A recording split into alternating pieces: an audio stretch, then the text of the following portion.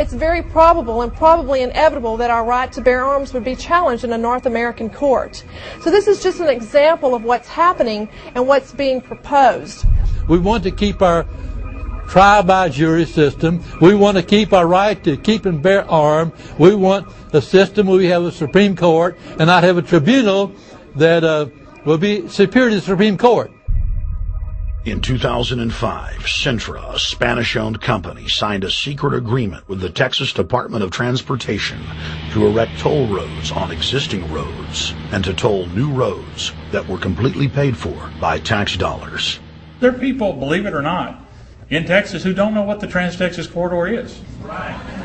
TTC 69, which they'll have the environmental hearing starting this spring on, runs through my part of the state. And there are people over there who have no idea what's fixing to come in their backyard. TxDOT, an unelected state agency, claimed that the agreement with the foreign company was even secret from the Texas legislature. When the truth came out, newspapers across the state called for heads to roll politically.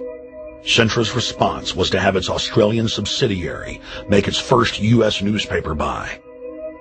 Every newspaper they bought was along branches of the Trans-Texas Corridor and had been critical of the toll road plan.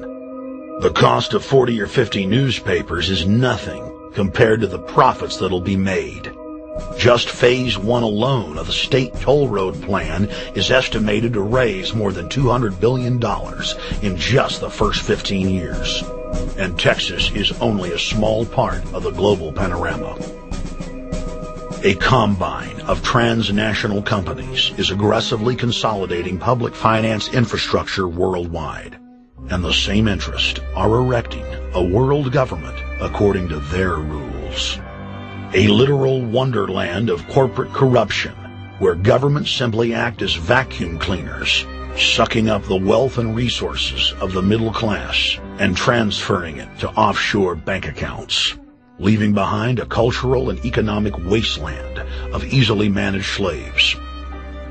The whole purpose about the North American Free Trade Agreement is not about trade, it's about control. Control of people. CAFTA is even worse. Control of people. It's not about trade, it's subsidized trade with taxpayers' funds. This thing started here. And to save this country, we kill this damn thing here. To stop it here in Texas, we stop the new world order right here in Texas. Polls consistently show that over 90% of the people are against the NAFTA highway systems and its toll roads. As the people learned of the threat, they got angry and took action. Our ranch is part of the original Spanish land grant, and I would love to not have to give it back to Spain.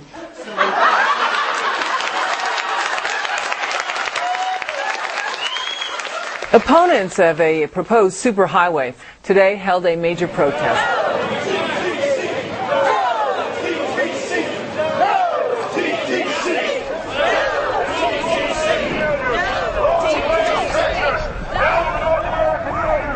A majority of Texas counties have voted to resist the plan for a North American Union and have vowed to block the construction of its infrastructure. Heck, we already know in a law that was passed by a subservient United States Congress, where practically nobody in the entire Congress stood up and said no, they've already passed a law saying all their driver's licenses are going to be chipped. Well, I'm telling you right now, I'm not going to carry in a driver's license that's got a chip in it so Big Brother can watch everywhere I go and shoot and see everything I do. No, no, hell no. No, all of it. No, no. We, the people, own this plot of ground. We, the people, own those trees there. We, the people, own our beautiful Texas, and we are not going to let a bunch of crooks and robber barons take our beautiful Texas away from us. Hell no! Hell no! No, no, no!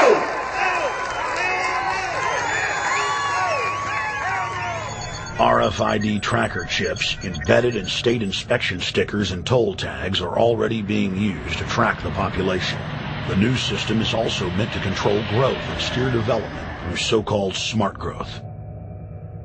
smart growth, which is nothing more than an effort to bring control into the cities. You have the Rewilding of America and the Wildlands Project, the Convention on Biological Diversity, which is to control our rural population. Toll roads on interstate highways nationwide are walling off exit ramps to small towns and rural communities, and are creating ghost towns by design. This trend is accelerating under the NAFTA highway system and is meant to rewild more than half the country. All of these things are designed to bring more and more control to bureaucracies rather than to the independent individual, the sovereign individual of this nation. What brought me into this whole discussion was the fact that while I was doing this multi-million-dollar research effort in the 1980s and early 1990s, I became aware of an agenda basically to lock up one half of the United States into wilderness corridors and reserves. What's called the Wildlands Project, but it was also a key cornerstone of the United Nations Convention on Biological Diversity. It was during that study in which I began to realize that this was not an effort to protect the environment, but an effort to control you and I. They were dividing the United States up into little compartments in which they would rip out roads, which they would rip out whole communities and put them back in the wilderness. The federal highway system was designed by Pentagon war planners in the 1950s to serve as a rapid deployment conduit to move ground forces for the defense of the United States during invasion. The unconstitutional Northern Command is now using the highway system as a force projection matrix to dominate populations across the United States. Through federally funded emergency command centers, county and city governments are being quietly federalized nationwide. Billions of dollars per city is being spent to install millions of surveillance cameras. Every town and hamlet, no matter how small or remote, is surveilled. License plate reading software tracks Americans' movements wherever they go. New systems are being deployed that scan your face, read your lips, and analyze your walk. Under the treasonous Military Commissions Act, American citizens can be secretly arrested, stripped of citizenship, flown to offshore torture camps, and secretly executed. Under Section 802 of the Patriot Act, all misdemeanors are considered terrorism. Federal police squads called Viper Teams randomly force Americans to line up and show their papers. From the sidewalks of Miami to the subways of New York to the streets of Houston, Texas, citizens are being searched by heavily armed gangs of paramilitary police.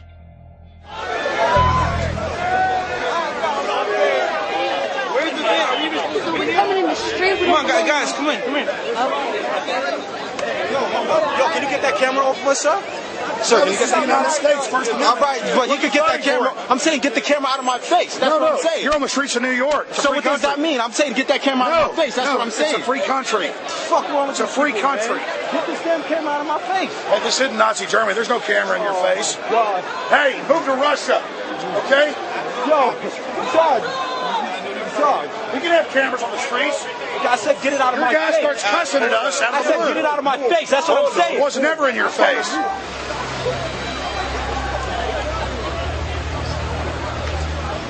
Yo. Long before 9/11, the Pentagon was aggressively violating the federal law that bars the military from policing the American people.